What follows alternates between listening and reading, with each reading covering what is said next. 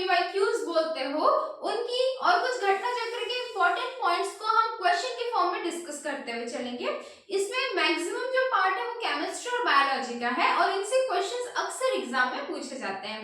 तो जो लोग भी चैनल पे नए हैं, चैनल को सब्सक्राइब कीजिए, लाइक कीजिए, शेयर कीजिए। ठीक है भाई, स्टार्ट करते हैं। अच्छा, ये जो है काइंड ऑफ एक प्रिपरेशन चेक है कि आपके कितने क्वेश्चंस खुद से सॉल्व हो पा रहे हैं, तो ये आप लोग कमेंट सेक्शन में बताएंगे। ठीक है, चलो स्टार्ट करते हैं। पहला जो हमारा क्वेश्चन है वो क्या कहता है? पहला जो हमारा क्वेश्चन है वो कहता है plasma membrane is made up of. जो प्लाज्मा की मेम्ब्रेन होती है वो किससे बनी हुई होती है? ठीक है, इसका आंसर जिनको भी आता है वो लोग बताएंगे बिल्कुल कमेंट सेक्शन में। प्लाज्मा मेम्ब्रेन जो होती है वो फॉस्फोलिपिड्स की बनी हुई होती है। किसकी बनी हुई होती है? फॉस्फोलिपिड्स।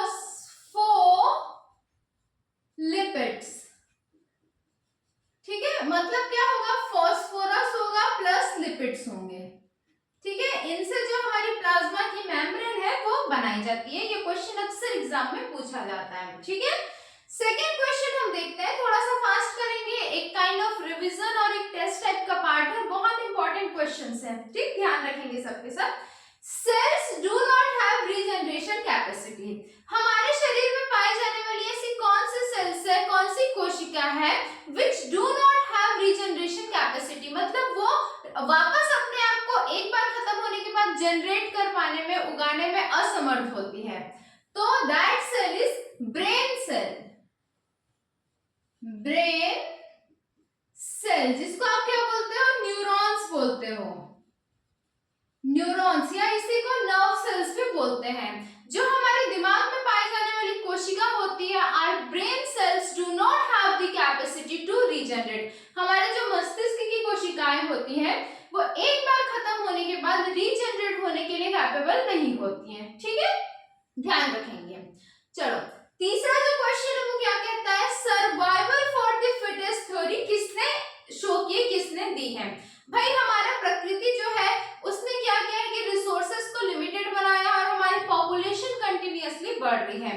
तो जो सबसे ज्यादा फिट होगा वही उसके लिए फाइट कर सकेगा उन रिसोर्सेस के लिए और अपना जो लाइफ साइकिल है उसको कंटिन्यू कर सकेगा। तो सर्वाइवल, ये जीवित रहने के चांसेस उसी प्राणी के ज्यादा होते हैं जो सबसे ज्यादा फिट हो। ये थ्योरी किसने दी है? तो चार्ल्स डार्विन। चार्ल्स डार्विन नाम के एक बायोलॉजिस्ट थे जिन्होंने बहुत सारी एक्सपेरिमेंट्स किए और इन्होंने सर्वाइवल फॉर द फिटेस्ट की थ्योरी दी है। ठीक है, ध्यान रखेंगे। फोर्थ क्वेश्चन देखते हैं, stone cancer occurs due to. ठीक है, क्या होता है स्टोन कैंसर? स्टोन कैंसर को ही हम मार्बल कैंसर के नाम से भी जानते हैं। आप सबने कहीं ना कहीं न्यूज में सुना होगा कि जो हमारा ताजमहल है, जो कि 7 वंडर्स है, वन ऑफ द 7 वंडर्स है, ठीक है, 7 अजूबों में से एक है, उसमें कुछ येलोइशनेस आ रहा है उसके मार्बल में। तो वो किसका एग्जांपल है? वो स्टोन कैंसर या मार्बल कैंसर का एग्जांपल है। तो ये किसकी वजह से होता है? तो ये जो स्टोन कैंसर या मार्बल कैंसर है ये बेसिकली एसिड रेन की वजह से होता है। किसकी वजह से होता है भाई? एसिड रेन की वजह से होता है। ठीक है, एसिड रेन की वजह से होता है, जिसको हिंदी में क्या बोलते हैं हम? अम्ल वर्षा बोलते हैं। ये एसिड रेन या अम्ल वर्षा के लिए जो सबसे ज्यादा रिस्पॉन्सिबल गैसेस होती है वो कौन सी होती है? तो ये होती है आपकी सल्फर डाइऑक्साइड। ठीक है, नाइट्रस ऑक्साइड भी होता है, N2O भी होता है, लेकिन सबसे ज्यादा क्या होता है? सल्फर डाइऑक्साइड होता है। आप सबको पता होगा कि ताजमहल जहां पर है, ठीक है, कहां पर है? आगरा में है। उसके पास में ही बहुत ज्यादा दूर में क्या है, मतलब बहुत ज्यादा दूर नहीं है, पास में ही क्या है? मथुरा है। तो मथुरा की जो ऑयल फैक्ट्रीज है वहां पर से सल्फर डाइऑक्साइड गैस का एमिशन बहुत ज्यादा होता है और ये सल्फर डाइऑक्साइड जब रेन के साथ, वर्षा के साथ मिल जाती है तो इट कॉजेस एसिड रेन। ये क्या उत्पन्न करती है भाई? एसिड रेन, अम्ल वर्षा उत्पन्न करती है, which is a most important cause of marble cancer और स्टोन कैंसर। ठीक है, जिसकी वजह से मार्बल कैंसर या स्टोन कैंसर होता है। ध्यान रखेंगे। इंफॉर्मेशन से इंफॉर्मेशन जाना है, चीजों को कनेक्ट करते हुए एक पॉइंट के साथ जो भी एक्स्ट्रा पॉइंट्स होंगे वो मैं आपको यहाँ पे एक्सप्लेन करते हुए चलूंगी। ठीक, अच्छा, आप लोग भी अपना सपोर्ट बना के रखिए भाई, ज्यादा से ज्यादा चैनल को सब्सक्राइब कीजिए, लाइक कीजिए, शेयर कीजिए। ठीक है, नेक्स्ट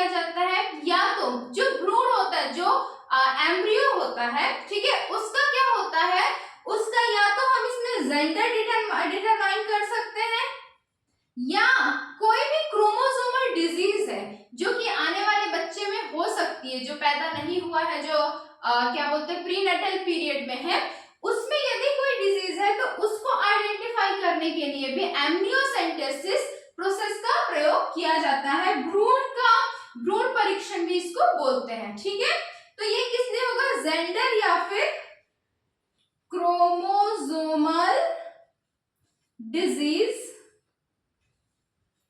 आइडेंटिफाई करने के लिए। एमनियोटिक फ्लूइड होता है, जो फ्लूइड यूट्रस में प्रेजेंट होता है, जो कि बच्चे के डेवलपमेंट में हेल्प करता है। इसी फ्लूइड को टेस्ट करके क्या किया जाता है, या तो जो जाइगोट जो एम्ब्रियो है उसका जेंडर का डिटरमिनेशन किया जाता है, या तो उसमें होने वाले किसी डिजीज की आइडेंटिफिकेशन की जाती है एमनियोसेंटेसिस के प्रोसेस से। ठीक है, ध्यान रखेंगे। 6th क्वेश्चन देखते हैं, रस्टिंग ऑफ आयरन। क्या, रस्टिंग ऑफ आयरन, जो लोहे में जंग लगना होता है वो किस प्रोसेस की वजह से होता है? तो इसका जो मेन कॉज होता है भाई लोहा जब पानी के साथ एयर या वाटर के कांटेक्ट में आता है तो उसमें क्या होती है, एक परत जम जाती है, एक जंग बोलते हैं जिसको आप रस्ट बोलते हैं। ये बेसिकली रिडॉक्स रिएक्शन की वजह से होता है। रिडॉक्स रिएक्शन, उपचयन अपचयन दोनों के दोनों प्रोसेस जिसमें होते हैं ना, रिडक्शन और ऑक्सीडेशन दोनों प्रोसेस मिला के क्या बनता है भाई, रिडॉक्स बनता है। तो इस रिडॉक्स रिएक्शन की वजह से क्या होता है, रस्टिंग ऑफ आयरन होता है, लोहे में जंग लगने की अभिक्रिया होती है। ठीक है, 7th क्वेश्चन देखते हैं, गोल्ड डिसॉल्व्स इन। क्या, गोल्ड डिसॉल्व्स इन, जो हमारा सोना होता है, ठीक है, मेटल धातु, बहुमूल्य जो आपकी धातु है सोना, उसको एक सॉल्यूशन में डिसॉल्व किया जाता है पिघलाने वगैरह के लिए, उसी केमिकल ट्रीटमेंट के लिए। तो उस सॉल्यूशन को हम क्या बोलते हैं? बहुत बार पूछा हुआ क्वेश्चन है, बिल्कुल स्टार मार्क्ड है। ठीक है, तो इस सॉल्यूशन को बोला जाता है एक्वा रिजिया। एक्वा रिजिया बोला जाता है। ये क्या होता है, कंसंट्रेटेड HNO3 प्लस HCl। ठीक है, नाइट्रिक एसिड और हाइड्रोक्लोरिक एसिड इसमें क्या होते हैं, मिले हुए होते हैं, और इसको क्या बोला जाता है, एक्वा रिजिया बोला जाता है।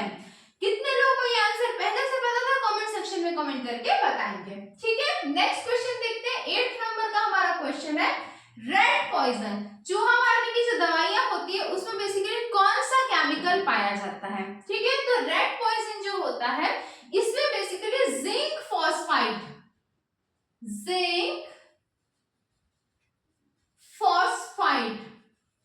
ठीक है, ZnP, ये केमिकल कहां पर पाया जाता है, रेड पॉइजन या चूहे मारने की दवाइयों में पाया जाता है। ठीक है, रेटॉल वगैरह जो मार्केट में मिलते हैं उसमें जिंक फॉस्फाइड मिलता है हमको। ठीक है, नेक्स्ट क्वेश्चन की तरफ आते हैं, सिलिका जेल। सिलिका जेल का यूज किसकी तरह किया जाता है? तो भाई कुछ बॉटल्स वगैरह में भी हमको ये मिलते हैं। सिलिका जेल का यूज जो है वो डिहाइड्रेटिंग एजेंट की तरह किया जाता है, मतलब पानी को या मॉइस्चर को सुखाने वाले केमिकल की तरह सिलिका जेल का यूज किया जाता है। किसके जैसे, डिहाइड्रेटिंग मतलब हाइड्रेट या वाटर को खत्म कर देने वाले, रिमूव कर देने वाले। ठीक है, डिहाइड्रेटिंग एजेंट की तरह सिलिका जेल का यूज किया जाता है। ठीक, नेक्स्ट क्वेश्चन देखते हैं हम, 10th नंबर का हमारा क्वेश्चन क्या कहता है, 10th नंबर का क्वेश्चन कहता है, monomer unit of Teflon. Teflon की जो मोनोमर यूनिट या इकाई है उसको हम क्या बोलते हैं? ठीक है, सबसे पहले तो समझते हैं कि टेफ्लॉन क्या है, एक तरीके का पॉलीमर है। ठीक है, टेफ्लॉन को हम क्या बोलते हैं, इसको PTFE भी बोला जाता है, और इसी नाम में इसका मोनोमर यूनिट भी छुपा हुआ है। टेफ्लॉन को जनरली हम क्या बोलते हैं, पॉली टेट्रा फ्लोरो इथीन। ठीक है, पॉलीटेट्राफ्लोरोइथीन हम टेफ्लॉन को बोलते हैं, और इसका जो मोनोमर यूनिट होता है वो होता है टेट्राफ्लोरोइथीन। जब इसमें हम पॉली वर्ड ऐड कर देते हैं तो ये क्या बन जाता है, पॉलीटेट्राफ्लोरोइथीन, जिसको टेफ्लॉन बोला जाता है। ठीक है,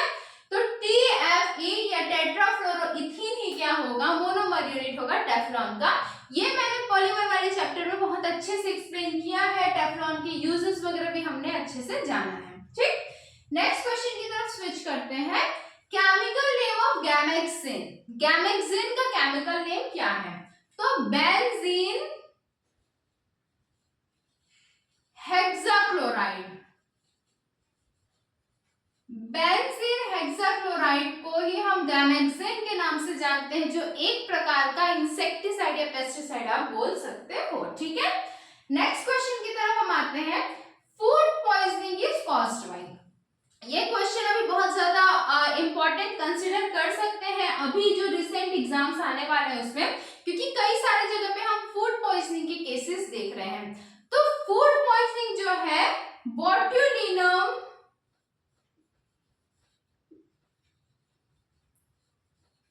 क्लोस्ट्रीडियम नाम के बैक्टीरिया जीवाणु के द्वारा फैलाया जाता है सबसे ज्यादा। बोट्यूलिनम क्लोस्ट्रीडियम नाम के बैक्टीरिया से फूड पॉइजनिंग सबसे ज्यादा फैलता है। बिल्कुल मार्क करके रखेंगे, बहुत इंपॉर्टेंट क्वेश्चन है। कितने लोग इसका आंसर पता था वो भी कमेंट करके बताएंगे। ठीक है, 13th क्वेश्चन पे हम आते हैं। बैरोमीटर। बैरोमीटर क्या मेजर करने के लिए यूज किया जाता है? तो जो बैरो वर्ड होता है वो प्रेशर के लिए यूज होता है, दाब के लिए यूज होता है। तो barometer is used to measure pressure. क्या करने के लिए? प्रेशर मेजर करने के लिए हम बैरोमीटर का यूज करते हैं, प्रेशर या दाब को मेजर करने के लिए। ठीक है, 14th नंबर के क्वेश्चन पे हम स्विच करते हैं। Process of making soap. साबुन बनाने के प्रोसेस को हम क्या बोलते हैं? What do we call the process of making soap? तो सोप बनाने के या साबुन बनाने के प्रोसेस को सैपोनिफिकेशन कहा जाता है। क्या कहा जाता है?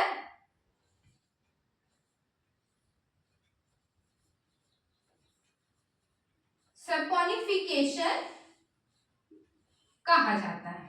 ठीक है, लास्ट क्वेश्चन आज का हम देखते हैं। Soilless culture. ऐसा कल्चर मतलब किसी चीज को उगाना या ग्रो करना। ठीक है, तो ऐसे पौधों को उगाना जिसमें मिट्टी का प्रयोग ना किया जाए, इसको हम क्या बोलते हैं? तो बहुत इंपॉर्टेंट क्वेश्चन है, हाइड्रोपोनिक्स। हाइड्रोपोनिक्स, सॉइललेस कल्चर को हम हाइड्रोपोनिक्स के नाम से जानते हैं।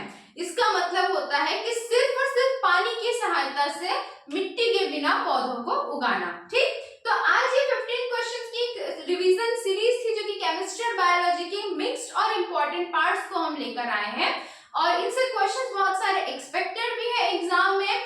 कितने क्वेश्चन आप लोगों के जो है वो खुद से बन पाए आप लोग कमेंट करके बताएंगे। एक बार प्लेलिस्ट वगैरह जाके देखिए, इसमें बहुत सारे चैप्टर्स ऑलरेडी जो है वो अपलोडेड है, बहुत सारे 1 बाय 1 आते जा रहे हैं। तो भाई अपना सपोर्ट बना के रखिए, ज्यादा से ज्यादा लाइक कीजिए, शेयर कीजिए, सब्सक्राइब कीजिए। मिलते हैं अगली क्लास में, अच्छे से पढ़ाई कीजिए। Okay, bye bye.